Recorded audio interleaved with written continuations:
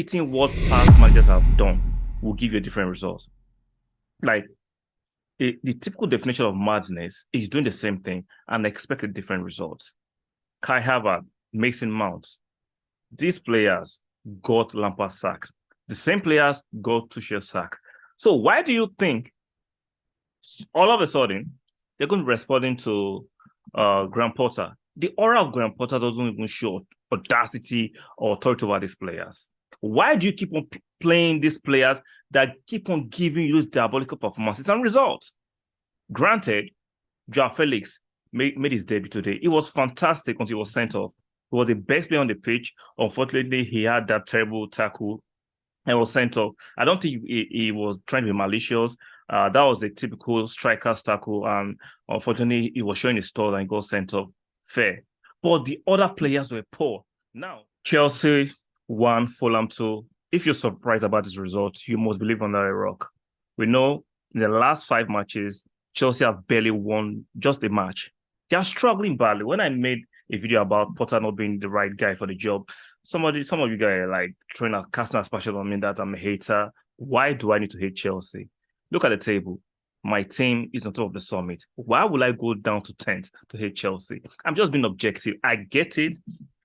It's debatable to know whether I'm objective because I'm an Arsenal fan. But let's be real. We know that he doesn't have the authority over those players. Look at those; they don't respect him. Look at the aura. Look at the body language of the players. Like aside from that, right? Why do you think repeating what past managers have done will give you a different result? Like the typical definition of madness is doing the same thing and expect a different result. Kai Havertz, Mason Mount, these players got Lampard sacked. The same players got Tuchel sacked. So why do you think all of a sudden they're going to be responding to Graham Potter? The aura of Graham Potter doesn't even show audacity or authority over these players. Why do you keep on playing these players that keep on giving you those diabolical performances and results? Granted, Joao Felix made his debut today. It was fantastic until he was sent off. He was the best player on the pitch. Unfortunately, he had that terrible tackle and was sent off. I don't think he was trying to be malicious. That was a typical striker's tackle, and unfortunately, he was showing his stall and got sent off. Fair.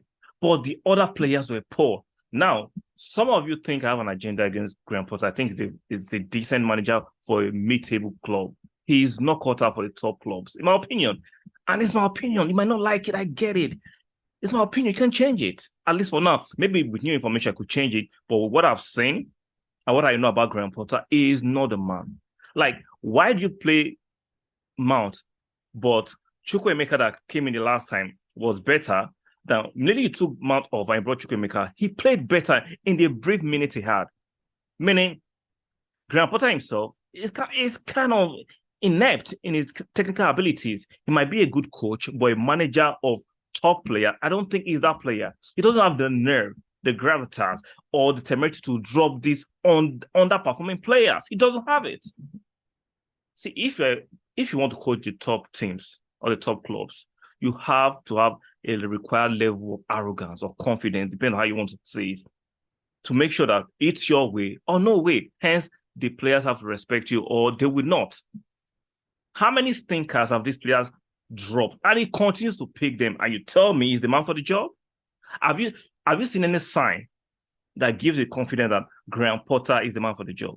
Let's look at today's game. Yes, they shared the possession in terms of statistics, but we know stats don't tell the whole truth about the game because there are some intangibles that stats can measure.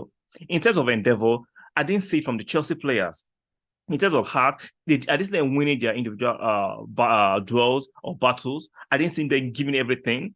Even though they came back in the first 10 minutes of the second half and they looked like they were going to put up a fight, they equalized, but they went back into their shell. Koulibaly, I mentioned it when this guy was acquired. He came for the pension. Cucurella, even though Graham Potter was his manager at Brighton, dropped him for this game, brought him in the second half. What does that tell you? Most of these players are overrated, they're overpaid, and their transfer fees were overinflated. And you can see what they're doing. For me, it's going to be a long, long season for Chelsea fans and the players and the manager. Now, This nonsense that is going around in the mainstream and legacy media and some Chelsea fans are because Potter has given a long-term contract, can't be sacked. You must be living under a rock. You must be new to the game. No matter the length of contract, no matter the length, the club owners can decide to terminate and pay you off. So don't be deceived. David Moyes was given a long-term contract at Manchester United, I think 6 years plus, and he was sacked. So do not tell me the length of contract means the club have to deal with this nonsense. They can barely play well or win games. And you tell me if this persists, you think Todd Bowley will stick to Graham Potter? No, you think you're going to stick with him? No, this is not good enough. And Chelsea need to get their ass together. Hence, the dreaded vote of confidence will come, then determination will follow. Like the team look like a mixed match.